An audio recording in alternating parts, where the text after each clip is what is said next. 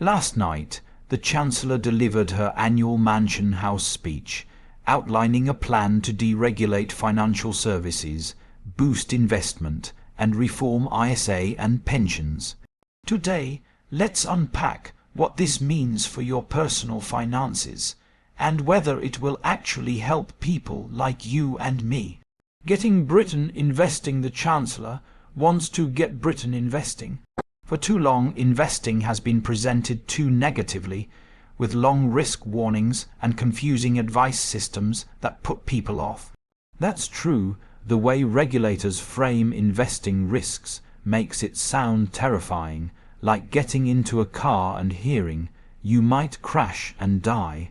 There's no acknowledgement that investing is the vehicle that gets you to your long-term financial goals. Yes, investments carry risk, but so does holding cash that loses value every year to inflation. What's needed is education, showing people that investing isn't gambling, but a path to wealth and retirement security. The government wants an industry-led campaign to promote investing, which is good, but they should focus less on boosting the economy and more on helping people grow their wealth. I'd also love to see more emphasis on child investing products. Telling parents, "Here's what a small monthly amount can do for your child's future," is emotionally powerful and effective. The government says by April 2026, ISA season, it will roll out targeted support to help consumers invest. My message to regulators: meet people where they already are, online and on social media, not through outdated channels. And please don't overregulate, UK educators and creators trying to do good. If you silence the good actors here, the scammers and raiding frauds abroad will fill that gap. The financial advice problem: the UK has only about 28,000 financial advisors. Even if each one helped 100 clients a year, that's 8 million people out of 67 million. And advisors naturally focus on wealthier clients. That leaves most ordinary people, those with a few £100 a month, to invest with no real guidance. We need clear, regulated guidance that helps people make sensible financial decisions without it being classed as full financial advice. And who delivers that guidance matters.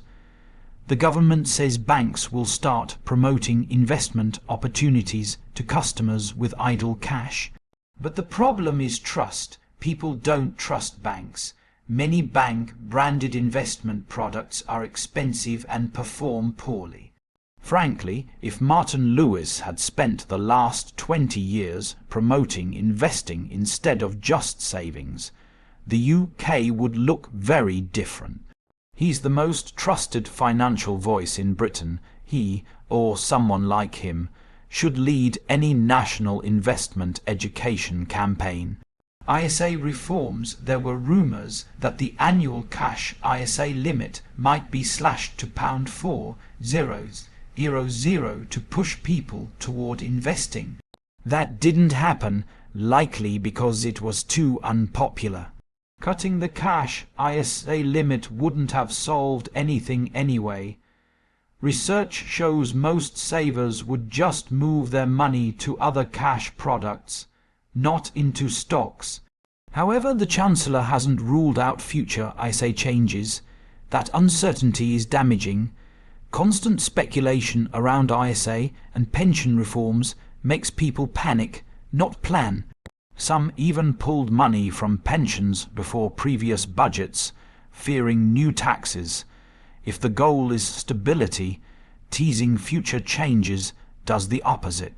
People can't plan 30 years ahead when every few months the rules might change.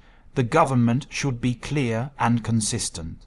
One confirmed change: stocks and shares ISA will soon include LTAFs, long-term asset funds. These give access to things like private equity and venture capital, which are illiquid and riskier. That's fine for sophisticated investors, but not for everyone.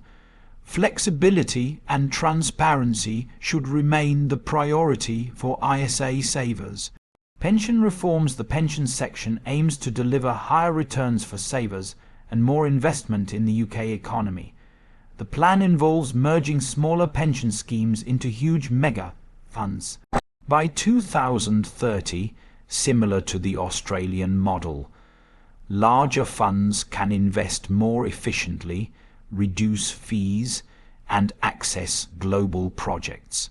The government expects this to unlock £50 billion for investment, but half of that must be invested in UK assets. That means pension funds will be required to put 5% of their money into UK projects. Now, while investing in national infrastructure sounds great, forcing pension funds to buy specific assets could conflict with their duty to maximise returns. You can't tell a pension provider, get the best return, but you must buy this. A better approach would be to make UK investments naturally attractive through tax incentives, reduced bureaucracy, and faster planning approvals. That would draw pension funds to invest here voluntarily, not through mandates. If you're wondering whether this affects your pension, check your provider's default fund and look at its fact sheet. Many workplace schemes like Nest are part of these reforms. Deregulation in financial services. The Chancellor called this the most wide-ranging package of financial deregulation in more than a decade. That phrase might sound scary. Deregulation often reminds people of 2008. But let's see what's actually changing. First, the senior managers and certification regime will be relaxed, meaning fewer annual compliance checks for some financial staff. The goal is to reduce bureaucracy and speed up hiring, but that could also create risk if bad actors slip through. Then there are changes to the Financial Ombudsman Service, FOSS, the complaints body for financial products. They want to clearly separate its role from the regulator, the FCA, and cap complaints at 10 years old. I understand the need for closure, but what if someone only discovers they were sold after 11 years? Justice shouldn't have an expiry date. Lastly, there's a general push to simplify financial regulation to make the UK more globally competitive. Whether that actually leads to economic growth remains to be seen.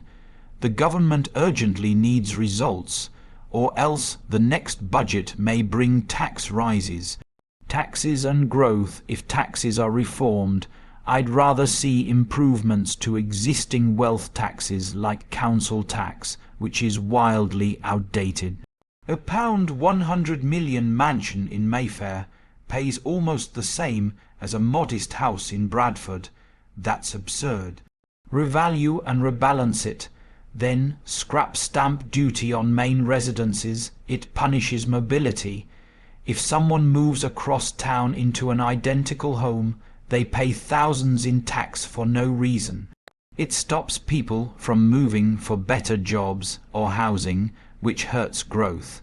And if we want people to buy UK shares, why not scrap stamp duty on UK stock purchases too?